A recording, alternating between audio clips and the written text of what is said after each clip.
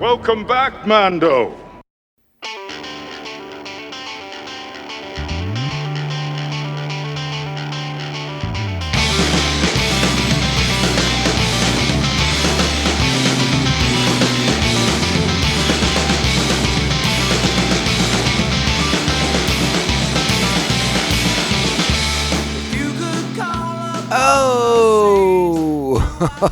Oh, greetings, Bucketheads.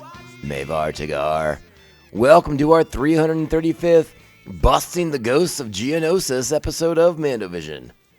I'm your host, Nargai Tom, and thank you so much for checking out this small independent Star Wars podcast. We're so glad you're here. Best way to reach out to us is on the socials, Mando_Vision on X and Insta. You can hit us up at Mandovision on Blue Sky, and you can email the show, mandovisiontom@gmail.com. Make sure you're liking, subscribing, following, and sharing the show with all the Mandalorians in your covert. All right, so we're back. It is time for the second part of the Ghosts of Geonosis. And looking back on what we did last week on the show, I admit it, I talked a lot about this episode on that first episode of the Ghosts of Geonosis. But to kind of reset things a little bit, part one sets up our dynamic with Saw Gerrera, a character we haven't seen since the Clone Wars. Again, we've seen, but we see a very different iteration of him in Rogue One, right? So the journey from Saw Gerrera to Clone Wars to Rogue One, and now we're trying to fill in some of that backstory. And there's still a lot of backstory for Saw to fill in. Andor added some context, added some depth to him. But there's still a lot of mystery around him, what he was up to, what exactly happened to put him in the state we found him in Rogue One. But in the first part, we sort of see him as something of a, I hesitate to use charming as the word, but there's something magnetic about Saw that draws people to him to be in the fight against the Empire with him. In this episode, we see that take a very dark turn. And it's Saw is a wonderful counterbalance for elements of the rebellion versus our heroes in this in the Rebels show. There's a lot of that in Andor, obviously. Comparing the sort of down and dirty parts of the rebellion versus what is in the movies, cinematically speaking, and we get a taste of that in this two-parter, and we're gonna dive more deeply into it. Right about now, basically. Let's go ahead, though, and get our episode particulars out of the way for this week's show. This is Star Wars Rebels, The Ghosts of Geonosis, Part 2. Original air date January 7th, 2017. Our plot for this week's episode. With finding Saw and the making of another discovery on Geonosis, the Rebel team goes deeper into the tunnels just to see what is so importante, as some might say. This episode is, of course, it has Dave Filoni's fingerprints all over it, and that's a very, I think, an important element of the show. It's directed by Mel's Wire, written by Dave Filoni, Matt Mishnevitz, and of course Stephen Melching is involved as our series editor, our story editor. Our primary cast, you know them, you love them. It is Taylor Gray as Ezra Bridger, Vanessa Marshall as Harrison Dula, Freddie Prinze Jr. as Kanan Jarrus, Tir Sakar as Sabine Wren, Steve Blum as Zeb Aurelios, Dave Filoni as Chopper, Phil Lamar is Bail Organa, Leslie L. Miller as Captain Brunson, Keone Young as Commander Sato, Matthew Wood as Click-Clack, D. Bradley Baker as Rex, and of course, Forrest Whitaker is Saw Gerrera. All right, I want to get into this. We got a lot to talk about. Again, I did bleed into this episode a little bit last week, so some of it may be somewhat familiar, but that's okay, because guess what? We all watched this episode already anyways. It's past. It's behind us. We own the forward on Mandovision. All right, Bucketheads, you know what that means. It's time. Strap on your buckets. And let's go. Get out of here. We'll hold them off. You're going to have to relocate the covert. This is the way. This is the way. Did I mention this is season 3, episode 13? For some reason, I feel like I skipped that part of the opening. My apologies. The episode opens up pretty much where we left off, and that is Saw Gerrera getting aggressive with the Geonosian that we find in we will later learn is named Click-Clack by Ezra, basically. Whether it's his true given name, debatable, but we definitely hear him say Click-Clack at some point. And this is where we kind of turn on Saw. This is where we begin to see the darker side of Saw, the aggressive side of Saw, the extremist side of Saw Gerrera. Again, before this, it was something, again, you kind of see a more magnetic personality, the personality that draws people to him to engage in the conflict against the Empire. You see the sort of rah-rah, we must stand up against evil guy. But Saw is walking on the razor's edge of, is he an evil guy too? Because he wants to embrace the methods of his enemy to defeat them? A lot of the stuff that we explored in Andor is embodied in Saw Gerrera, and we see flashes of it in this episode. Again, we don't do nearly as deep a dive or sort of extensive character study like we would do with something like Andor. But for a all ages Star Wars cartoon series, yeah, like we get those notes, we get those themes, we get those hints at sort of the darkness that lurks within Saw Gerrera. And he is extremely aggressive towards Click-Clack and treats him as an enemy, even though I think it's very, very clear to all of us who are paying attention that Click-Clack is the survivor of something terrible. But Saw's trauma, as Rex will point out later on, is still very relevant to him. Stella, his sister, her death still very much weighs in his mind. The loss of his family, of his sort of emotional support unit in Stela. The Geonosians were a part of that. They were separatists, and they were weapons and ship designers for the separatists. So he sees this lone Geonosian and puts everything that is upsetting him onto Click-Clack. And again, not nice. Click-Clack, yes, Click-Clack unleashed some battle droids on them. But Click-Clack, fearing for his own life and the life of his people, did so. And I think there is an argument to be made that Click-Clack is not in the wrong necessarily. Like, as Ezra points out, they showed up with weapons, and Click-Clack was obviously around when the Imperials were there killing all of them. And so that's sort of the central mystery of this episode. Is like, what's Click-Clack? What, if anything, is Click-Clack hiding? And what can he reveal about what the Imperials were doing on Geonosis? Obviously, like we talked about in the last week's episode, this is a bit of a tricky episode in the sense that we, the audience, know the answers to these questions, but our characters don't, and will not learn them for quite some time. The hints of Click-Clack that Click-Clack gives, circles within the circles that he draws, we know that's the Death Star, but our heroes interpret it as many, many different things throughout the course of this episode. And it's interesting to me to see, because it's just such a foreign idea, right? The idea of some kind of super weapon. Like, it doesn't enter their minds at all. They're trying to relate what Click-Clack is showing them on these very rudimentary drawings to something they can understand. So at one point they think it's the egg. At one point they think it's the weapons canisters that they'll find later in the episode. There's a couple different other elements of the show, or of other items that we visually see that could be what Click-Clack drew on the ground. Obviously, our heroes cannot learn about the existence of the Death Star just yet. And then the other side of it is that we know why the Empire killed the Geonosians, for their involvement, so they can keep their mouths shut and never be able to reveal what they know about the Death Star. So it's a very interesting piece of the lore, right? I remember watching Attack of the Clones, and the sort of I don't Revelations is a strong word, but when it was shown at the very end that the Geonosians had come up with the original designs for the Death Star, it rocked my world to the core, because I had believed so much of the expanded universe and the old West End games of how the Death Star came to be. And I won't dive into that history right now, but I just remember being just like, what?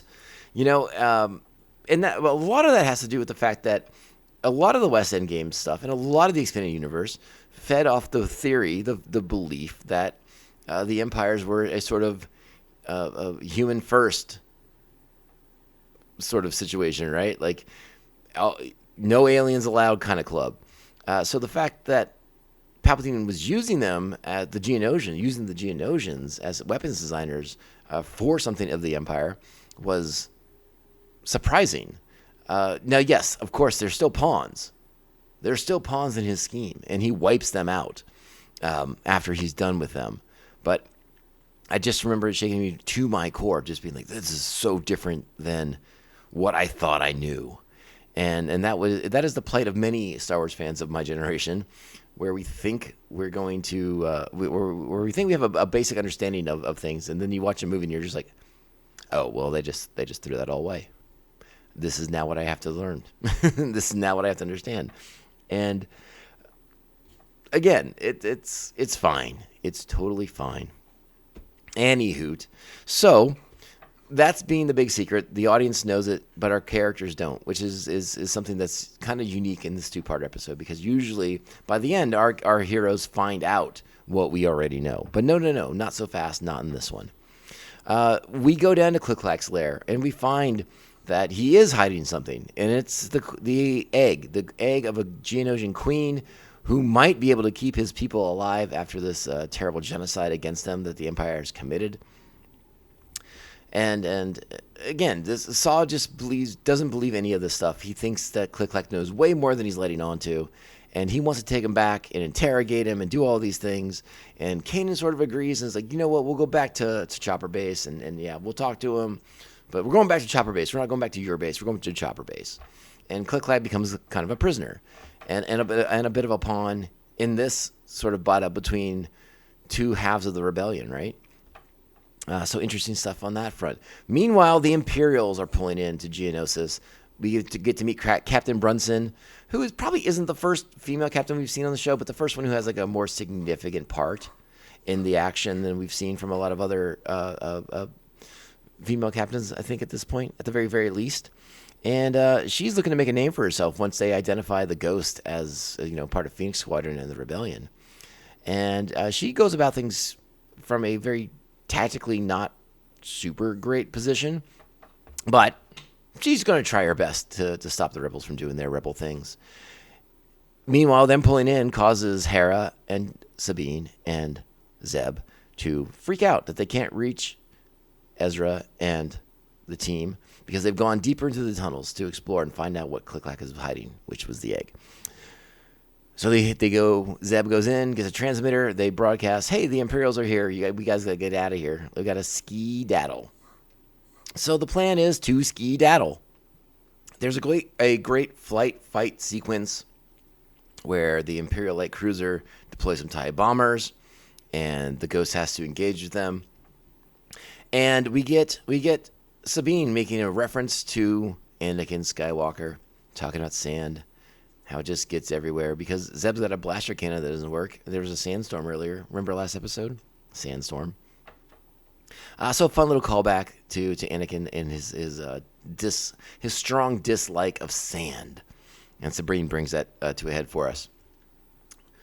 Meanwhile, so as we blow up those TIE bombers, it forces the Ghost to go below the surface into the tunnels of Geonosis itself.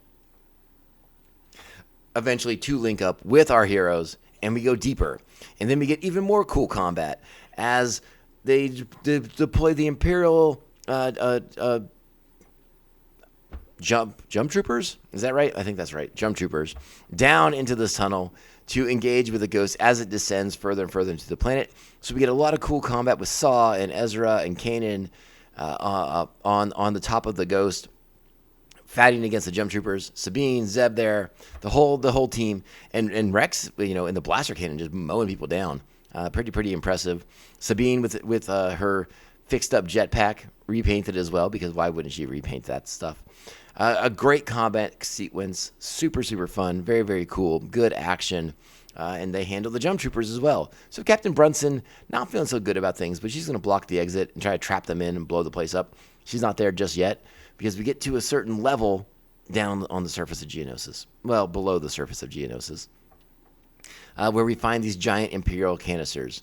And it looks like a circle within a circle, like what Click-Clack drew. So they're like, oh, this is what Click-Clack meant, these giant Imperial canisters. Sabine recognizes them as from the weapons division and as a weapon of mass genocide, basically, like a toxin that would kill and wipe out as many Geonosians as possible on the planet. It's at this point that Saw sees the error of his ways. Now, in no small part due to Ezra pointing out the fact that if you're going to use the weapons of your enemy to fight and defeat your enemy, you're no better than your enemy. And again, we can compare and contrast that with Andor, but in this context, it works out very, very well, and it forces Saw to kind of recenter himself and sort of see that aiding in the wiping out of a species in this battle is not what he wants to do. It's not the legacy he's willing to leave for himself at this point. Again, Saw Gerrera is an extremist, and he's gonna spiral at a certain point in his arc, but he's not there yet. Like he's walking that razor's edge, and Ezra has just pulled him back by reminding him that, like, hey man, committing genocide, that's what the Empire does. That's not what we do. So killing Click-Clack and allowing his people to die out, that is not what the good guys do. That's what we're fighting against.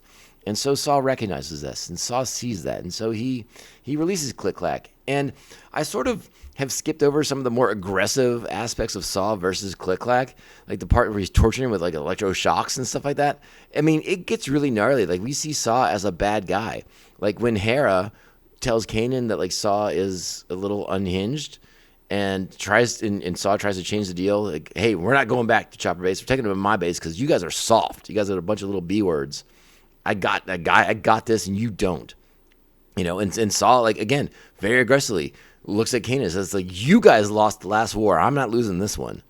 So it gets pretty aggressive with Saw Gerrera, and they're really fun exchanges in the sense that, like, it's great to hear his perspective, because Saw seems to be one of the few Bonds who wants to call people out for it, and that's one of the elements of the character that we like, because again, anybody who thinks that the Jedi were not a massive part of why the Republic fell, with their hubris and their arrogance and all that, yeah, you weren't paying attention. You were not paying attention to the institution of the Jedi being corrupted as well as the Republic itself.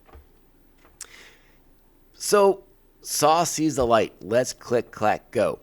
Ezra tells Click-Clack to go and save his people, do his thing. He takes the egg, and he goes further down. We find out we're not, what these canisters are? That's not the bottom of Geonosis. There's more layers, there's more levels, and possibly more survivors of Geonosis.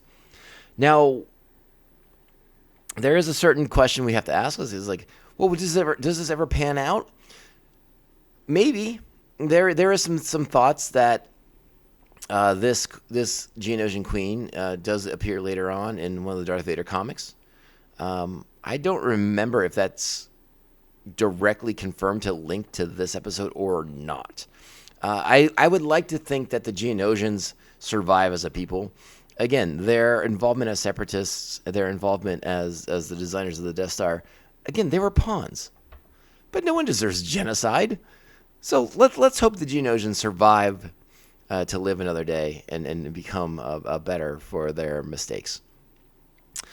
Meanwhile, we have to deal with the Empire now.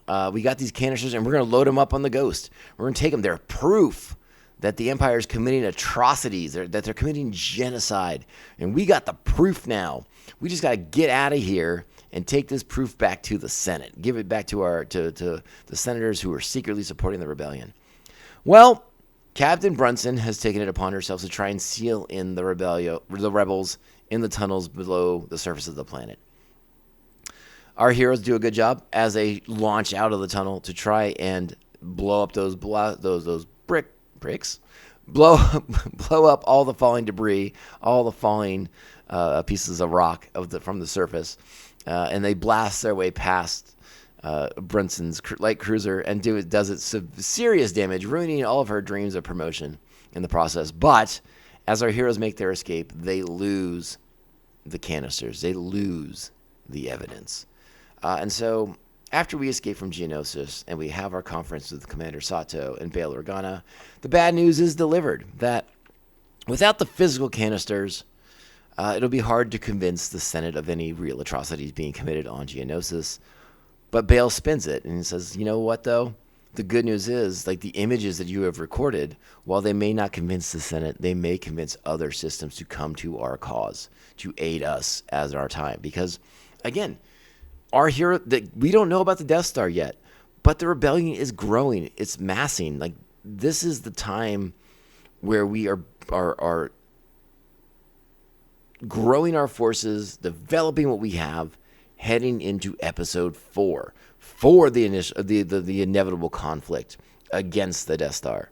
And again, like, there's not a lot of resources that they have. You remember how that movie plays out, and you've seen how Rogue One works out. So anything they can get is a good thing. And that's sort of how it's spun. And then Saw Gerrera departs from the Ghost. And Ezra points, Kanan is the one that points out, like, because Kanan, because Saw points out that we still don't know what the Empire did. We still don't know what happened on Geonosis. We don't know what the Geonosians built for them. And that bothers Saw. And Saw wants to find out what happened to it. And Kanan tries to assuage his fears by saying, hey, we'll find out and we'll handle it when we know. And then Saw departs. And Ezra sort of has shifted his opinion on Saw Gerrera. And this is when Kanan point out that, like, there's a lot of people in this rebellion who are here for different reasons than you and me, and who want to fight this war differently from you and me. And I think that's a really important element of the show to begin to understand as we find ourselves sort of, you know, having to put rebels in the same world, in the same dynamic as Andor and as Rogue One is. Like, these are all supposed to exist together, and they do. But there's the dark and dirty side of the rebellion, like Rogue One, like Andor, you know, like the way Saw Gerrera fights, like Luthen Rael. And then there's the hopeful, optimistic, kind of Jedi side of it, you know, where it's like, you know, we're the good guys, gosh darn it, we have the moral high ground. And this rebellion is more complex than just the good guys. There have to be the guys in the trenches. There have to be the people getting dirty, doing unspeakable things in the muck. And that's what Andor was for. So again, I think this all ties together wonderfully, and shows us the aspirational parts of the rebellion, the parts that the PR people want to send out there on posters and on billboards and things like that to stir up support. But in a realistic universe, you got to have guys like Saw Gerrera. It just is what it is.